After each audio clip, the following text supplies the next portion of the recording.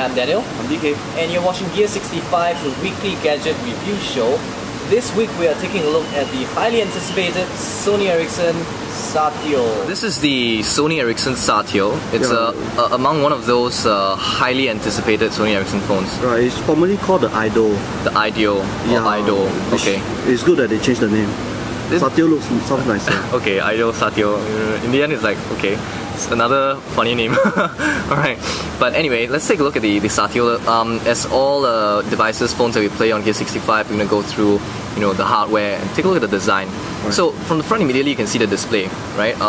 Like all phones today, 3.5 inch. It's a 3.5 inch display. It's a fingerprint magnet. Right. Yeah, super reflective.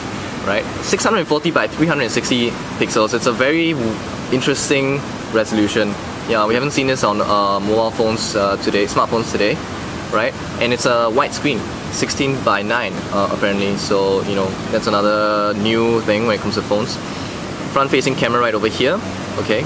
And then here you have the buttons: hang up button, call button, and the menu button. I got something to say about this one later. So, right, let's take a look at the sides. Let's focus. Micro SD card slot. In case those of you who haven't been following Sony Ericsson for a while, they no longer use memory stick. Yeah, the M2 or the memory stick duo anymore. Okay. Which is good, but actually the latch for this is a bit flimsy. Okay. I have this feeling that it might break off anytime. Yeah, it does feel very flimsy. It's plastic, by the way. Right. Yep. So this is the proprietary port by Sony Ericsson. We don't really like it, right? It's a we wish it's a USB port, but eventually we know that Sony Ericsson is going to get away from this, from looking at some of the upcoming devices, because this port is sometimes it can get loose, sometimes it can be a bit flimsy, can break off, so it's not as reliable as a USB. And the annoying thing is that there's no 3.5mm jack on the phone itself.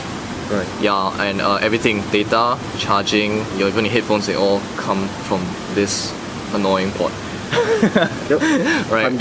If you're a Sony Ericsson fan, good for you. You have a whole bunch of accessories that you can live on. But anyway, this is the lock switch.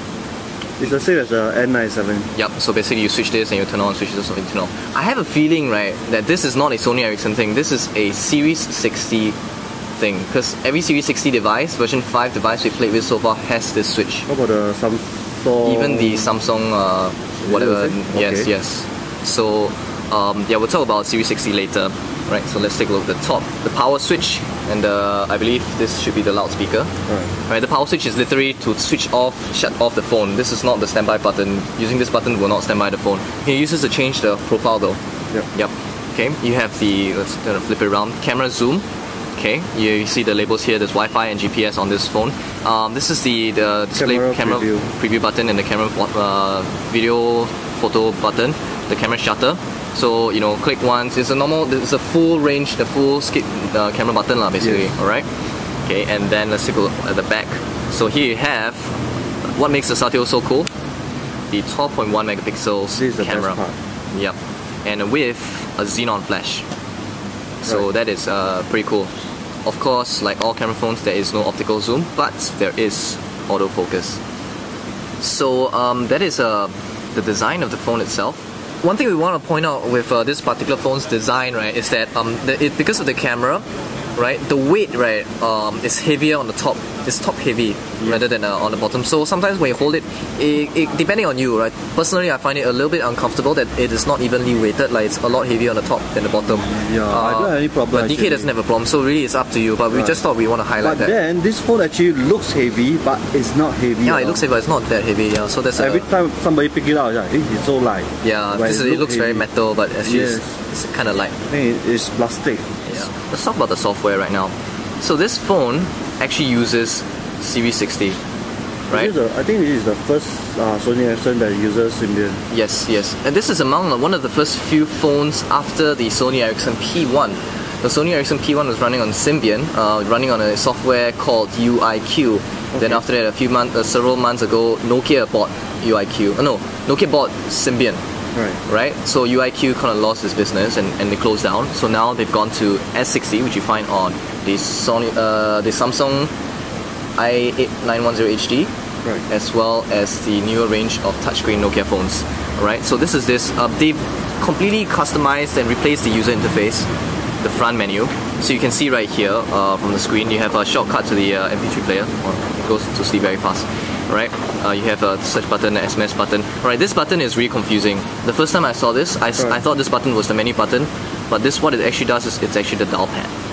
Yeah. Which we can do it by pressing the call button anyway. Yes. So the menu button is actually this one. And they've actually made it look like, yes, there's an accelerometer inside, by the way.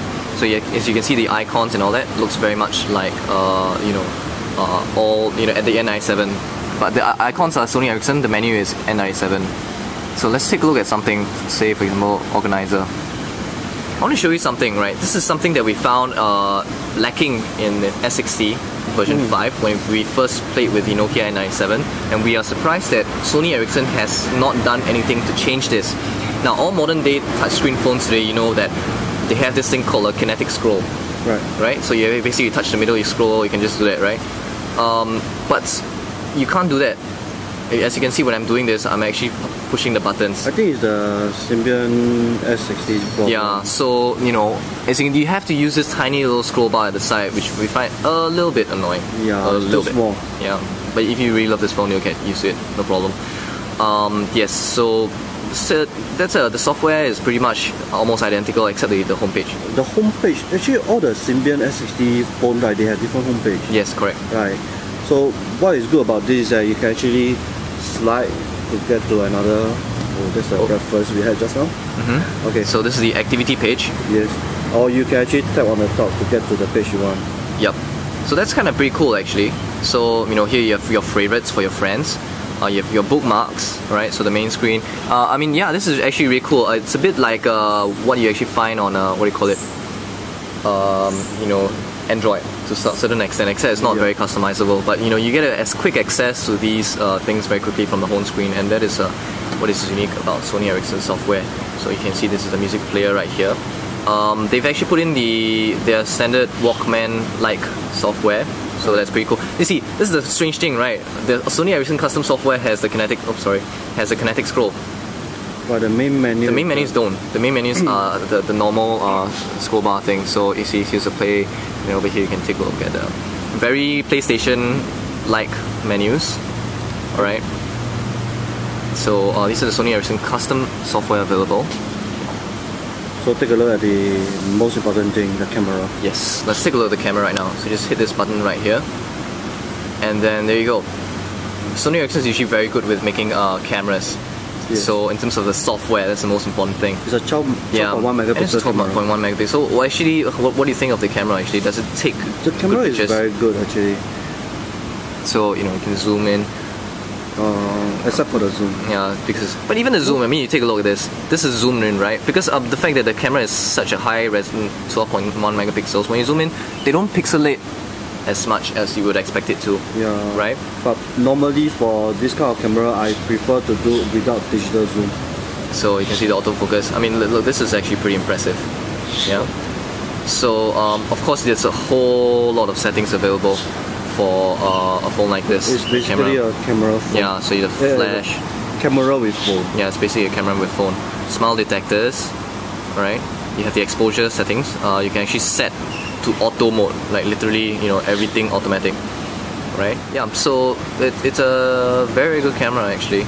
Yeah, and let's take a look at another thing, which is the keyboard, of course, which is kind of important. Oops, sorry, keyboard, I did it again. They didn't do anything to the keyboard. Yeah, basically, in summary, they didn't do anything to the keyboard. So let's go to messaging. New message.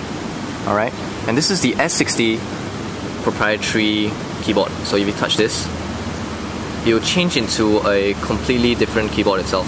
Yes, it's exactly the same keyboard you find on the A910 HD. You can either use this little keyboard thing to move around and stuff. But we're not really very fond of this keyboard, like we always say. So there's one thing you want to take note. If you want to find out more about keyboard, you should watch that particular episode where we really talked about the keyboard. Alright? So that was the Sony Ericsson Satio. It has a really great camera. We think it's a great camera phone, but we think that the software could actually improve. Yeah, but otherwise, if you want a really good camera phone, this is one that you should actually watch out, take a look and play with. Alright? So if you have any questions you want to ask us, Gear65@tech65.org. We can't answer everything, but we'll try our best. Okay, and you can send us. You can visit our website, www.tech65.org. Check out all our past episodes and all our other podcasts on gadgets and technology. So that's it for this episode of Gear65. I'm Daniel. I'm DK. We'll see you guys next week. Bye. Bye.